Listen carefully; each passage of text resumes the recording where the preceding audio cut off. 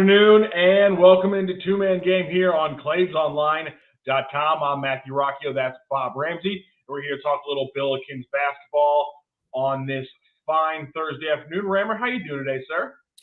It's a good Thursday. Getting ready to head to Davidson, and travel days are always fun and a little bit hectic. And getting ready to get after it. So let's dive right into it. Obviously, the Billikens, a little bit of a bye week, no game for 6 days. Obviously, a game on Friday, haven't been in action since Saturday, so they get a little extra time to kind of rest while they're in the middle of this winning streak. And of course, right after the winning streak, they again get to face off against a team not as tough as it has been in the past few years, losing a lot of their starters from last year. But nonetheless, the Billikens' history at Belk Arena, not very hot. 0-4 all time. That's not good. Only 2-8. 0-4 at Belk, 2-8 all time. That's tough. And the really distressing thing about it has been, it feels like every time you go to Belk, you get run out of the building. And that's scary. Yeah, it's the average score, I believe, is 73 to 55. Is the total average score across the 3 games. The only one being close is the second matchup where Davidson beat them 54 to 51. Every other game has been like 18, 22 points. So not great. There have been a lot of changes. And this game, all the games now have impact on the race. You know, this week, while the Bills have been sitting idle, it has been crazy for the league. So let me step back for just a second. Dayton lost again. Mm-hmm. And now there's a tiny bit of separation. It's up to the Billikens to keep pace with VCU. And that's why this game, for a number of reasons, but this moment in time, it's important to keep pace and not have to be in catch-up mode. Because if you can do that for the next 2 games, then you get a head-to-head with VCU. So all these things sort of fall into place. So I have one quick point really about kind of the last few games in the A10. We talked about it in the moment. It was a big game, but really we can't overstate how huge that win against GW was. GW gets another win. Their offense continues to hum. To go out there without Yuri Collins and get a win against a team that then would rip off a little winning streak and kind of make a little jump in the A10. That win against GW away without Yuri, man, looking back on that now, that is such a huge win in a season where those kind of like pivot big moments have gone against the Bills almost every time. Yeah, and again, there's so many games to be played. You don't want to, be high-fiving just yet, but you keep handling your business. That's the thing. Stay the course, play the way you're supposed to play in the game in front of you, one step at a time, and those things will take care of themselves. So you take a look at Davidson. After 33 years, Bob McKillop, who developed a sort of a mid-major juggernaut in Davidson, he finally retires, hands the reins over to his son, who had been part of the program, I think, like 15 years. But they're struggled. They're 10-10. Despite the fact they've got a dominant big man in Sam Menenga, dominant, and they've got a great guard, Foster Lawyer, who is a great shooter, yet he's only averaging 14 a game. So that's a little bit of a head scratcher to me. And I admit fear kind of controls my life when it comes to basketball. And so I'm going, he's only averaging 14 a game. Is he saving the breakout Foster Lawyer typical game for us? Yep. That's not a crazy thought. And yeah, you talk about how much they lost. They lose Lee, Breakovich, and Jones from last year's squad that went to the tournament, and it's obviously been a struggle. The fascinating thing to me is that they're 2-4 over the last 6 games. They've struggled a little bit since conference play started, and I was trying to find the reasoning as to why they've kind of hit this little bit of a rut. And you break down all those games, you look at every number possible, and the only thing that jumps out, literally the only number that's wildly different between their first 12, 15 games and then the last 6, they were getting 21 free throws per game the first 12, 15 games. They're only getting 13 the last 6 games. So I mean that's the only thing that's jumping out, which just seems like such an odd Yeah. thing to crystallize across such a bad run. And so it's interesting to me how this is going to play out because you look at Foster Lawyer and where's that big game going? For me, I've been talking about it all year. The drop that St. Louis plays consistently against the pick and roll, this is the game where I get worried. I get scared because both Menenga and also the other guy they've been starting in kind of a big man combo, the freshman, almost 7-footer Reed Bailey, he and Menenga can both hit threes. So if they play that drop where they've just given guys threes and the guys haven't hit it, well, all of a sudden now you're going up against a group of, like I said, Bailey's a 7-footer, Menenga's 6'9", and they take what is it? They take almost 5 threes per game. That could go up to 6 or 7. They hit 3 or 4, and all of a sudden it's a very different kind of game than we've seen SLU have to face. Especially, it's a very different game than Davidson's had offensively for almost the entire year. So that I'm more worried about Menenga and potentially the freshman they start alongside him getting some easy threes just because that's a shot that they've been willing to give up. So my big question right out of the gate is, does SLU just say, "Hey, listen, if that's how you're going to beat us, we'll beat you down on the other end, with our better big man down low," or do we maybe see them change up the defense right out of the gate, and maybe we see them switch some screens they don't normally switch to, maybe get a guy like Hargrove or Pickett consistently on one of the other big men instead of dropping a Coro or Forrester off of him. Yeah, my fear there would be that if you get into a switch everything mode, that because it's two bigs and not one, then you could really get some unfavorable mismatches, and that would be a big concern for me. Because if the big man goes in, Okoro takes him, but Menenga's up with a screen and you switch, then that starts to worry me a little bit. Yeah, that's fair, and that's the kind of trade you have to make. But I think they're going to have to do something because again, they don't hit him prolifically. But if you leave those guys out there, Menenga, he'll hit a couple threes, and so that's the first thing that jumps out to me. The other thing is watching a couple Davidson games and then looking at the numbers. Their offense is very similar to St. Louis's. A lot of big looping screens throughout the paint, a lot of pin downs for their wings, and then a lot of dribble handoffs where they're running stuff through both Foster Lawyer and then both of their big men. So it's a very similar looking offense. If you're a St. Louis fan, it's going to look very similar. And I actually think that's going to help them out because other than the 3-point problem potentially from Menenga, I don't see a part of this defense that offense that's really going to worry me if we see the consistency from St. Louis's defense we've seen over the last week, which is Yuri Collins is going to be on their best off-ball scorer, which is this season Desmond Watson, who's made a huge jump in his game and has really seen his scoring load jump in kind of their losing streak. He's gotten 5 or 6 10-point, 15-point games over his last 8 games. And so he's become their best off-ball scorer. So I imagine it'll be between him and Huffman where Yuri is.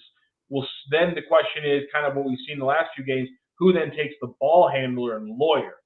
So that's the other kind of defensive question I have. Like you said, maybe that's like why Lawyer has the big game is because Davidson takes advantage of knowing Yuri's going to be on our best off-ball scorer. We have these big guys who we could confuse them with maybe some switches, and now it's Lawyer's game to just kind of control at his pace. Or do you go against what you've been doing, put Yuri on Lawyer, and then you rotate Jimerson on the off guard? My gut tells me that, but you make a good point, and I won't know till shoot around tomorrow. Yeah, and that's been the interesting thing because you think Yuri, point guard, but it's really we saw the kind of change. You're right. Yeah, we saw the change. He's on the off-ball guy, and that's really fascinating to me because they face some pretty good point guards, and they've said, listen, we're going to let Sincere and kind of our help drop defense in the pick and roll be our defense against these ball handlers, and we're going to make sure that Yuri just neutralizes a guy being able to come off screens Yeah. and kill us off the ball. And so, like you said, is it Lawyer? Is it Menenga? I'm interested to see because this isn't an offensively strong team in Davidson necessarily. You look at their season and even their conference ratings, they're 217th in points scored per game. Their offensive ratings right around the same thing, 219th. And then all their stats are in the high 150s, low 200s. And so they're not a great offensive team. It's a weird matchup, I think, that SLU's kind of pulled. And it's interesting to me that the offenses look so similar when you watch them in the half court. And historically, when the Bills go there, they have their best game of the year. I really am at the point. Take all your, as Jim Bouton said in Ball 4, tell your statistics to shut up. They're going to come into Belk Arena. They're at home. They don't think they can miss. You've got to make them uncomfortable and make sure they know they can miss. I think it becomes as much of a mental game in this particular matchup on this particular day as we've seen all year. And then I agree with you. And one thing interesting to me, I think my favorite matchup of the day is going to be, this is a very random, but it's matching up perfectly. Transfer backup fives. One of the biggest players for Davidson this year has been their transfer from Buffalo, David Skogman, coming off the bench, 6'10", 230 pounds, kind of a skilled big man. One of the biggest things for SLU has been Jake Forrester coming off of the bench. Skogman, if you look at the numbers, gets murdered defensively, especially when he's out there paired with the 6'11" freshman, who I want to mention something else that if you haven't seen yet, I think is going to boggle your mind and going to frustrate you. So Skogman and Bailey, when they're out there together, get absolutely murdered defensively. Every lineup they're in, the Davidson's played, gets murdered.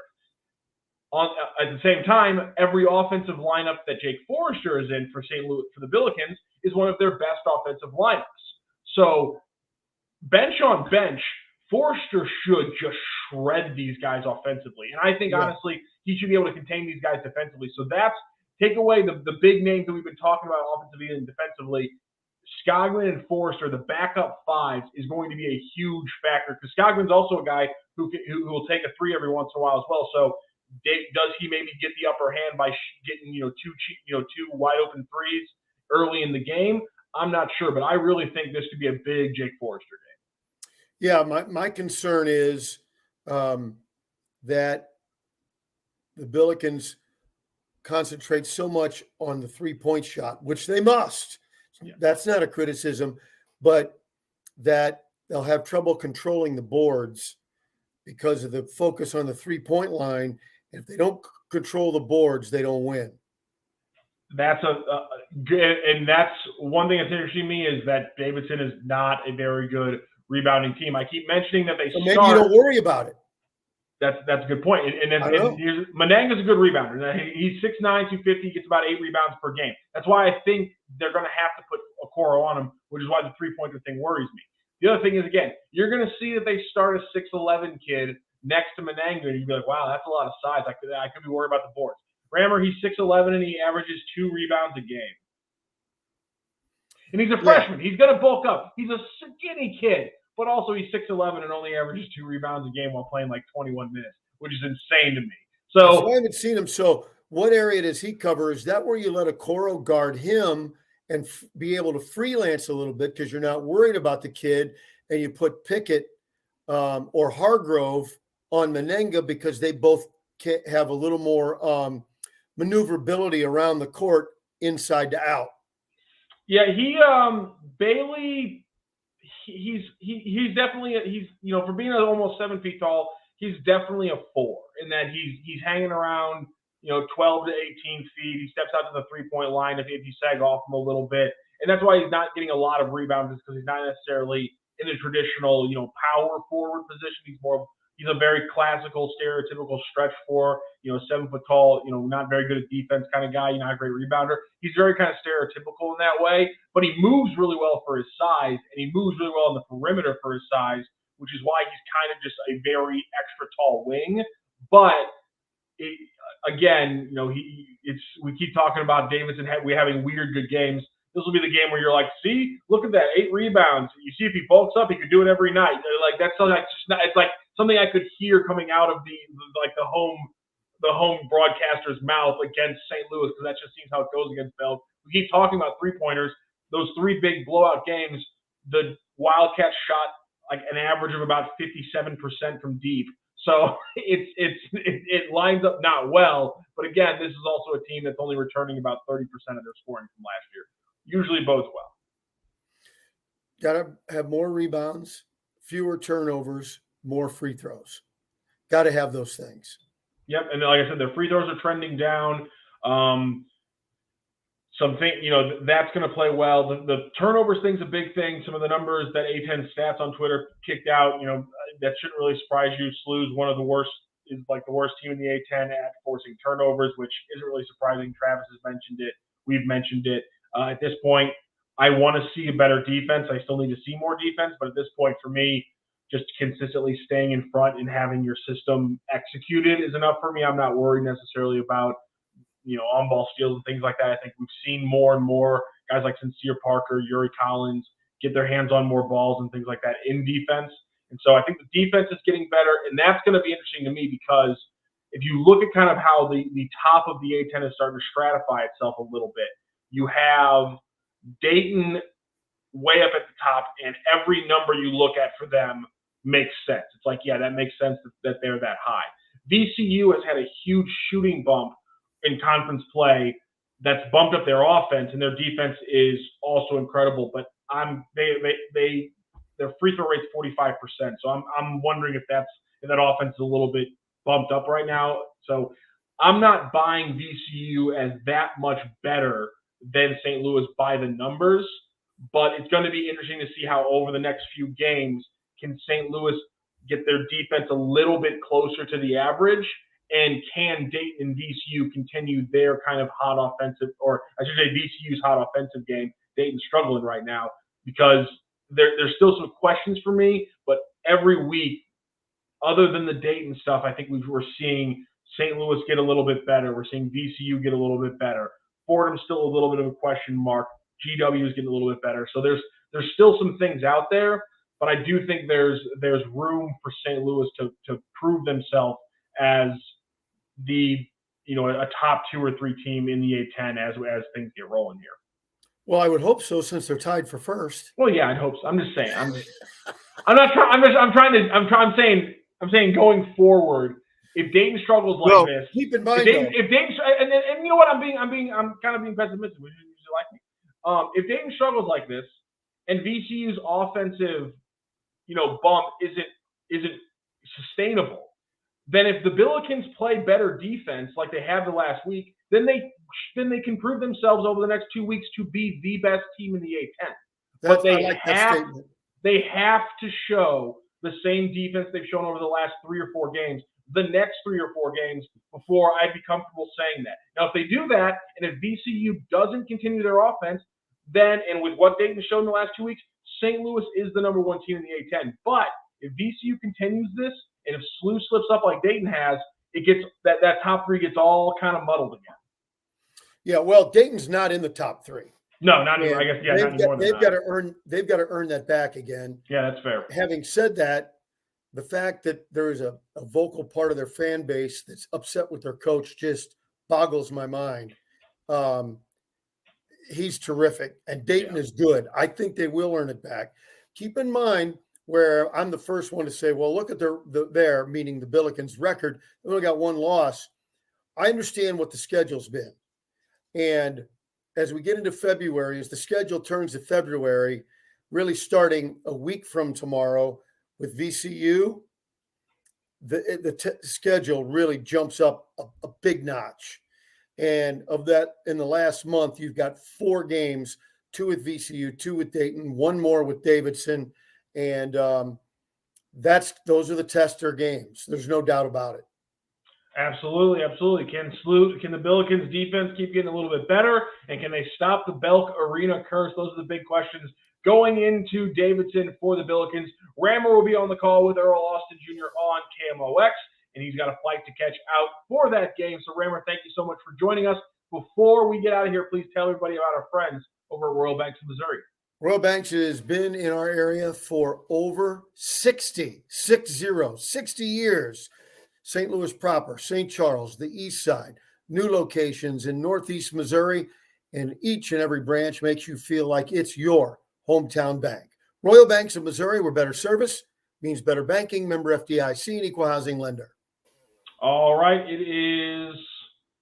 I'm looking at two different times. What time is the game tomorrow, Rammer? 6 Central.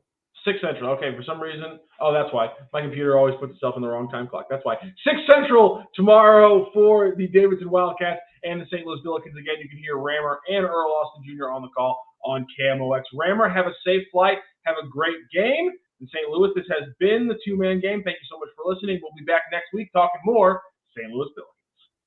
St. Louis Acura has an unbeatable selection of new and pre-owned vehicles. We have over 200 vehicles on hand and in transit.